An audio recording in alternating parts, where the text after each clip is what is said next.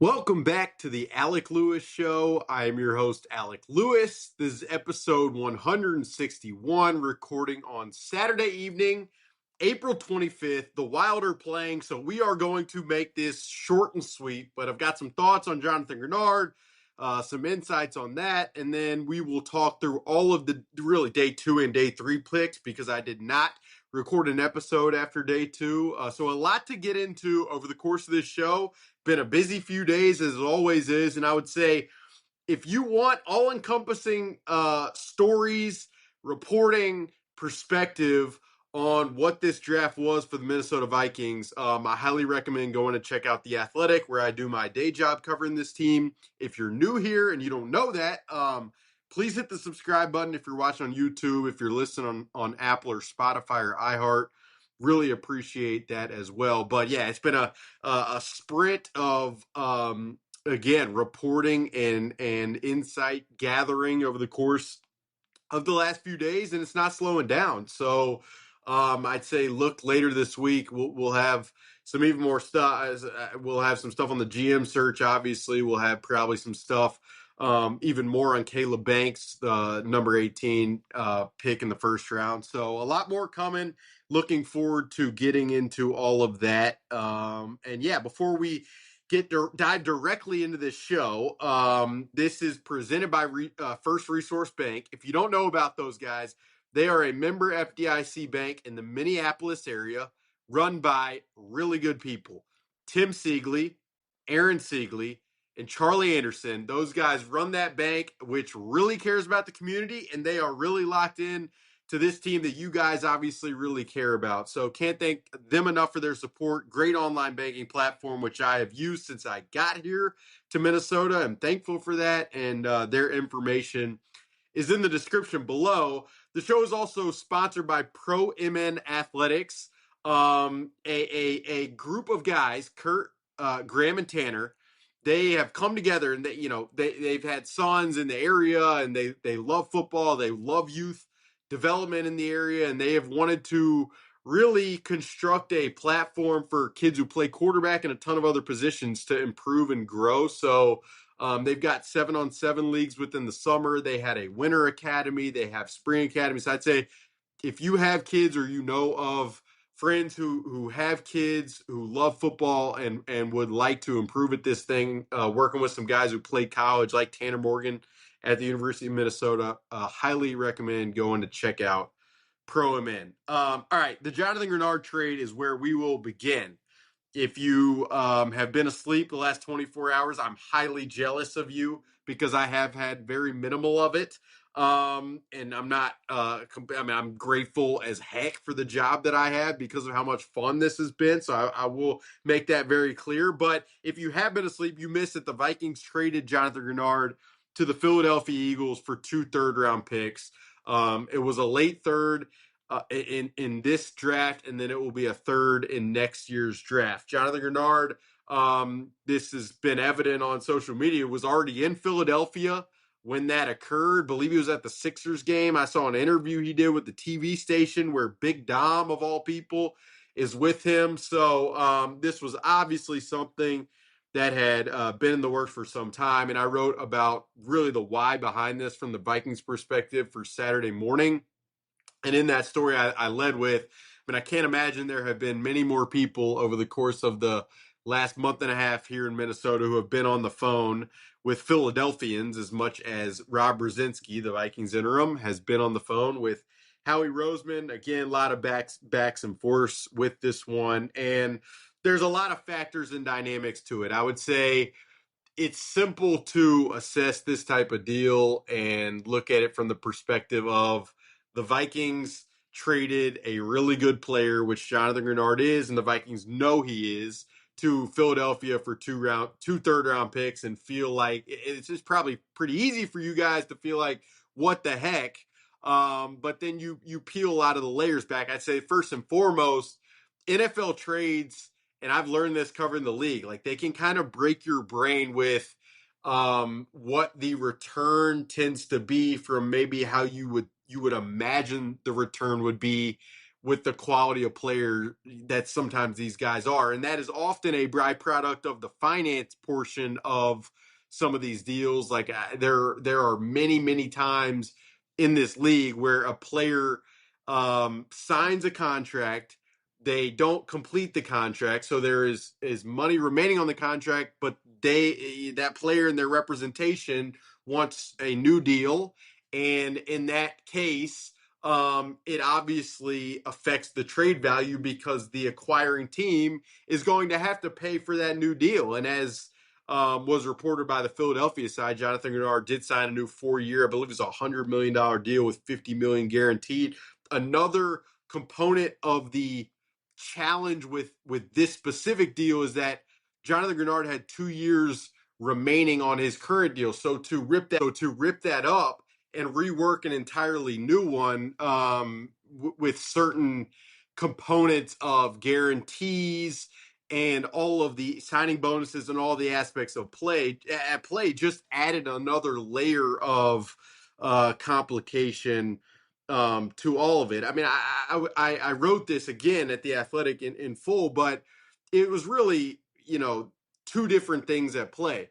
The Vikings, which entered the offseason facing a pretty steep salary cap surplus, had a lot to do to really get back over the hump. And they had a lot to do to not only get back over the hump, but to also reset the table for 2027 and beyond. I mean, they had some flexibility, but you think about the possibilities coming down the pipe. Let's say the Vikings extend Brian O'Neill. Let's say, what happens with Jordan Addison. Let's say, depending on what happens at quarterback, you might need money there. So there were going to be levers that this team needed to budget for, and one of the ways that they could get to that place was considering trading Jonathan Greenard. At the same time, you had a player in Jonathan Greenard who, and we've been through this many times on the podcast and in writing, a player who has been highly productive, but a player whose sack production in 2025 dipped off, a player who has had injury history in the past and then missed games at the end of last season to have shoulder surgery. And so he and his representation, Drew Rosenhaus, they were very open and wanting a new deal. And so the question really it was going to become, could he get that new deal in the open market? And I wrote this as well, but in the initial stages of it back in March, I remember having a conversation with an NFC executive whose team wanted an edge rusher, and they were very interested in Jonathan Greenard because he obviously is a very good player, and they explored it. And part of, or the primary reason they declined making it happen was the idea of what that contract was going to cost. Obviously, Philadelphia wants Jalen Phillips, their edge rusher, signed with the Carolina Panthers, and once Max Crosby and the deal with Baltimore did not happen, so he stays in Vegas. So then Trey Hendrickson, one of the other premier edge rushers, signs with Baltimore. Philadelphia finds themselves in a spot where they want a premium edge rusher because it's critical for Vic Fangio's defense, and they want a premium edge rusher because they are in ultimate contention mode. And the way they've worked their cap, which is, I think, been interesting for a lot of people around the league, they felt like it was possible for them to pay Jonathan Greenard what he wanted. And so at that point, the Vikings worked.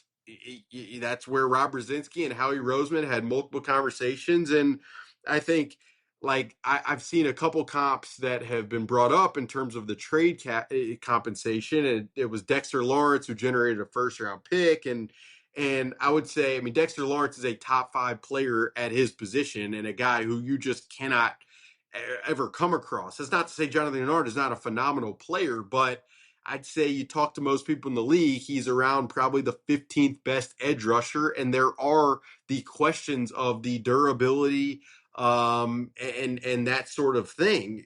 So you look at Rashawn Gary, a similarly aged player at 28 years old, was traded for a 4th round pick. Matthew Judon, Probably more on the back end of his career, traded for a third round pick. Hassan Reddick had a lot to his situation, but when the Eagles traded him, believe to Tampa Bay or to the New York Jets, one of the two, it was a third round pick. So every situation, you're looking for a perfect comp. Every situation is very different. But in this case, the Vikings landed with two third round picks. One obviously at the back end of this season, and Philadelphia probably expects to be really good. So that could potentially be at the back end of next season. And that compensation return, I mean, Rob Brzezinski said this on Friday night. He's like, look, I know that's going to be um, our fans are going to have a lot of opinions on it. It is what it is, but that was the decision they felt was necessary. And part of it was this decision that they felt was correct for this organization in the short and long term. And part of the reasoning that you feel pretty okay with it, or at least you feel more okay about it, if you are the team and if you're one of you guys who is an avid fan and feels okay about this, is that Dallas Turner throughout the back half of the 2025 season really started to come on. He was playing in the position that Jonathan Greenard played in Brian Flores' defense, which is more of just the rusher position. So I'd say it's a little interesting that Brian Flores' defense kind of, we say edge rusher, but those two spots are totally different in terms of their responsibilities.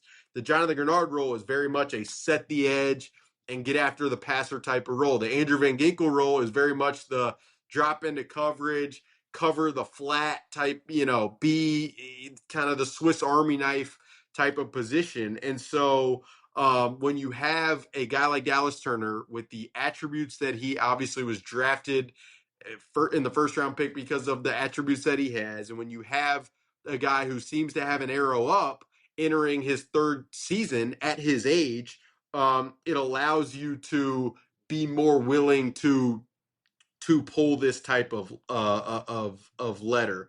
I'd also say this. I mean, Jonathan Greenard was definitely a major voice in the Vikings locker room, and sometimes you can overdo this stuff. Sometimes you can underdo it. I think the more I've covered this team specifically in the NFL, like I often get I felt like for right or wrong, maybe it's just confirmation bias, but there are times in each season covering these teams where you feel better about a locker room dynamic than others. And I'd say as much as Jonathan Greenard did have a major voice, I mean, Blake Cashman, the linebacker, has had a big influence internally. Eric Wilson, part of bringing him back is just he is a rock in there.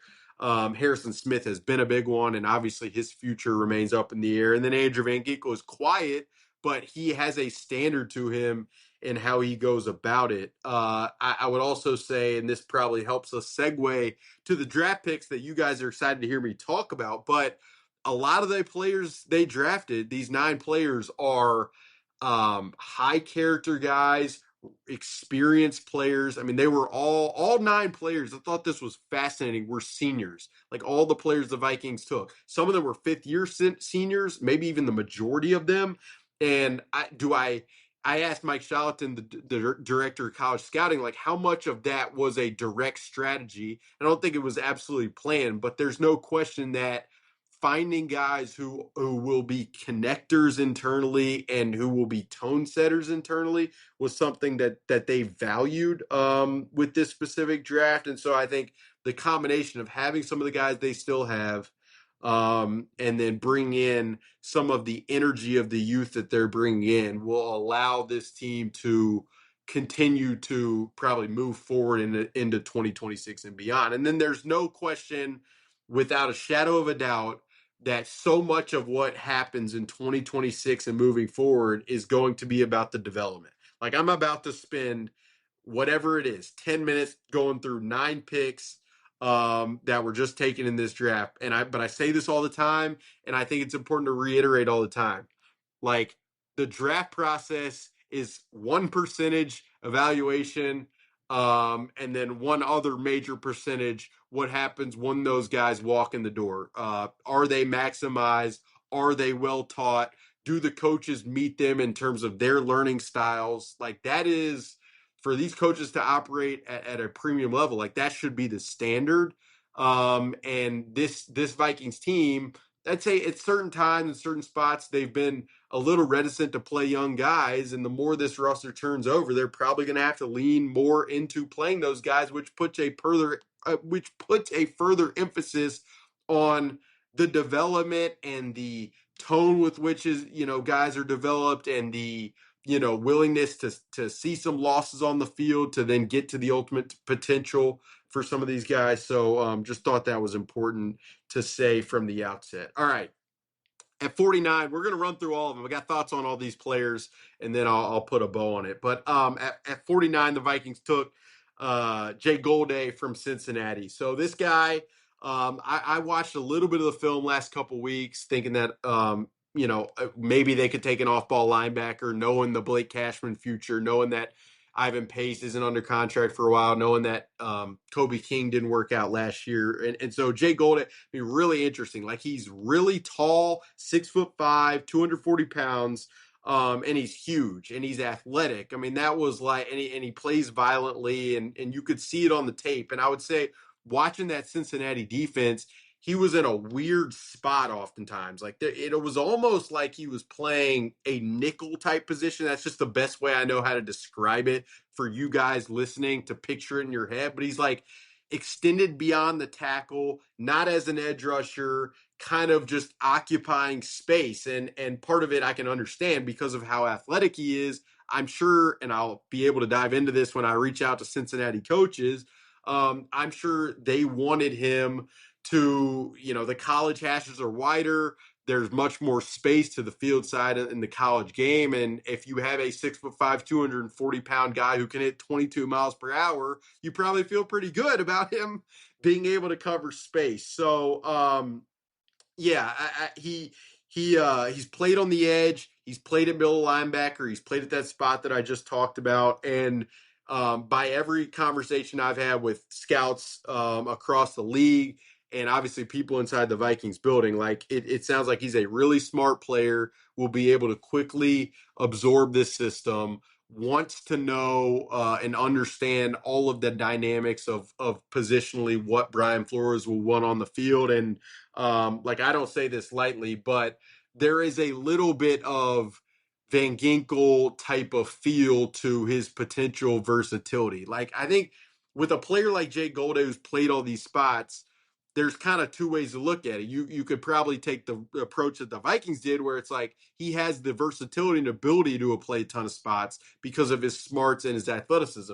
There's also the mindset that I know some teams have had, where it's like, is he positionless? Where do we play him? And so, again, this gets back to the coaching side of it. Like, it is going to be incumbent upon the Viking staff to figure that out and have him in the best spot. I'd say it makes sense. He's going to be a huge guy on special teams for sure. Blake Cashman has had his injury history, and so he will be able to fill in depth there. And then Andrew Van Ginkel has gotten hurt, so he can fill in on the edge. And potentially, if the Vikings get creative against some of these heavier personnel groupings that offenses are really leaning into, you could see a different package with guys like him on the field. And you start to you squint and you think about the athleticism of a Van Ginkel, of a Dallas Turner, of a Cashman, Eric Wilson, Jake Golday. Like, it's a lot of different athletic body types with range that has the ability to just kind of make this defense feel a little more probably like smothering. So yeah, that's what I'd say about Jake Golday. At 82, the Vikings took Dominique Orange, Big Citrus. I didn't watch a ton of tape on him. That will be on my to-do list for this upcoming week. But he's obviously a massive player, can stop the run.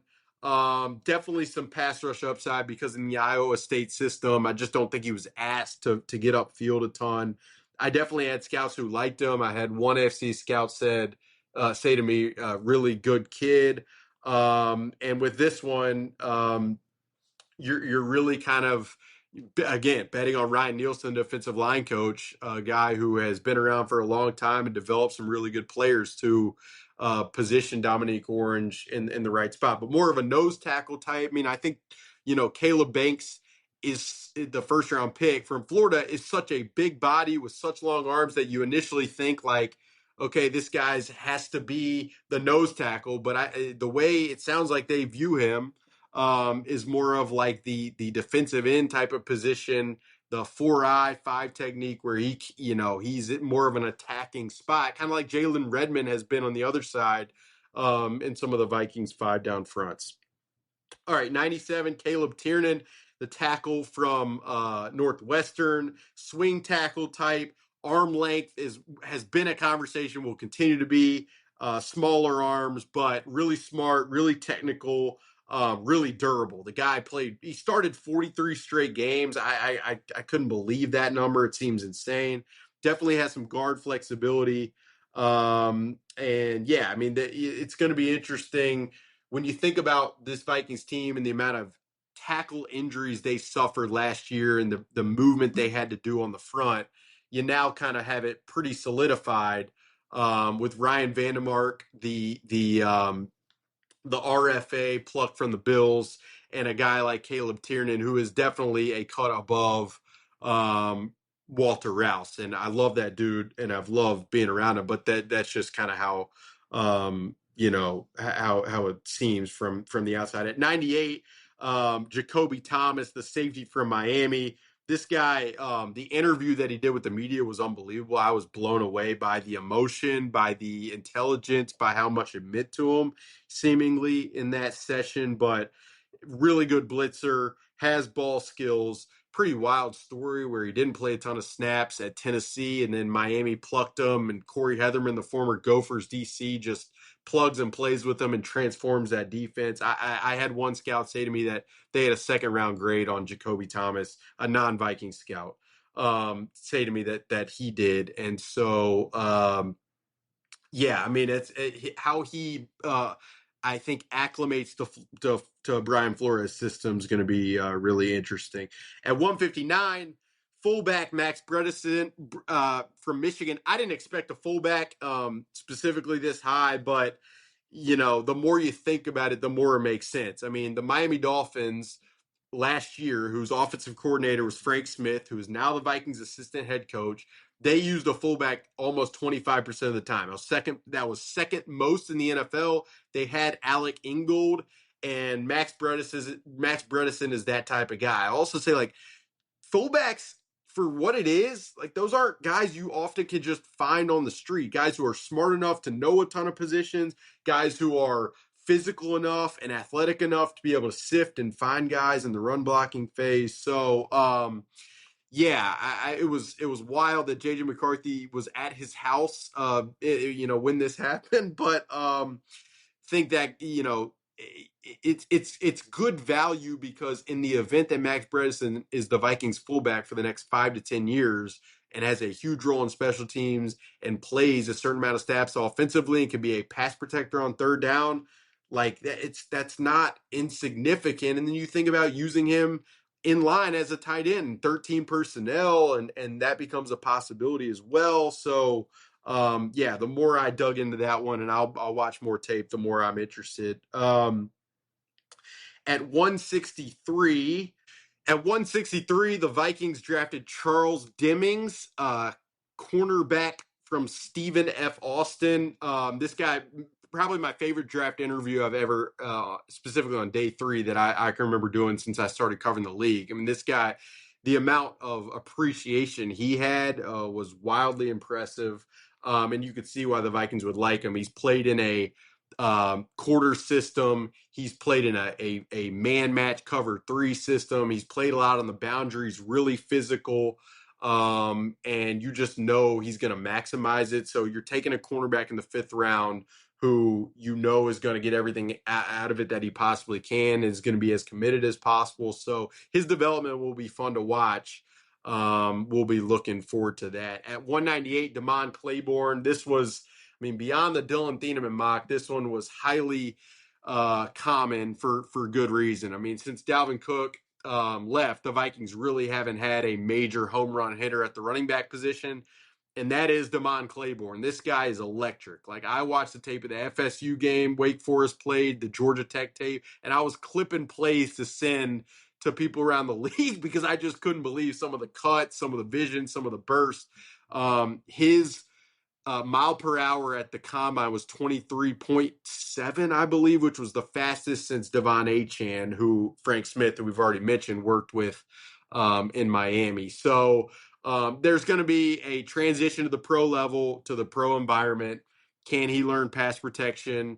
How consistent can he be on a daily basis? All of that stuff will warrant evaluation over time, but you don't find guys with this kind of juice very often, and so that's why the Vikings made this pick. And then at 235, Gavin Gerhardt, the center from Cincinnati.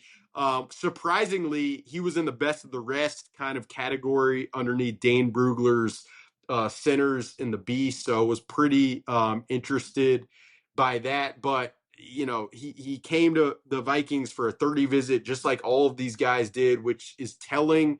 I think from the Vikings want in this cycle to have a real personal feel with an understanding of the guys they were going to take. Gavin Gerhardt was put through an install with offensive line coach Keith Carter, and then had a walkthrough on the field to see how well he would apply the knowledge. And so it's very apparent, I think, from Gavin Gerhardt and the other centers I know they were targeting, that the mind, the intelligence, the pre-snap work was huge for those guys. And so, I mean, I expect him to come in and really push and compete at the center spot. Like, Blake Brandel is going to focus to that position. Michael Juergens has done some good things, but that should be a pretty competitive spot and position into the summer and training camp. So all in all, I mean, here's kind of my feeling about the draft. Like, it felt to me like the Vikings were very committed to finding tone setters, finding experience, finding guys who could contribute immediately in a lot of different ways. And then their board obviously differed from some of the public boards. And I think, like, when you hear a team say they want to take the best available player, that doesn't necessarily mean they're going to take the highest guy on the consensus big board. And you open yourself up, if you're a team, to criticism if that's the way you're going to operate. But from all for all accounts, like, they're totally okay with that. You throw these darts, you make these picks, and then you see how the chips fall from there. And my a lot of people have asked my opinion about this draft, and I've said many times, like, I watch a lot of these guys because I want to compare my thoughts with people that I hear from and the public's draft space. But I'm not naive or ignorant to the idea that I don't watch a lot of the film. I don't know any of the personality, medical, psychological, in-person feel part of the evaluation. And so I have the smallest snippet of information on these guys. So to act like I am the foremost expert on these specific picks to where I can give a very harsh analysis and grade, it's just not what I feel comfortable with. And I think, like, you guys who listen to this show know, I'm trying to be as factual, as insightful, as information based as I possibly can. That also, has a little fun with it as well, because this is fun. It is football. You remind yourself that through, how silly it is at times through days like these. But I think it's important for me to say that for those who are looking for me to either rip the 9 picks or praise them wildly. Like, I just that's how I view that. But that'll do it for episode 161 of the Alec Lewis Show. Thank you guys for listening. We're presented by First Resource Bank. We're sponsored by ProMN. More stories coming at theathletic.com, so please pay attention to that. And you can follow us on social media at Alec_Lewis, at Alec Lewis Show. Talk to you guys very, very soon.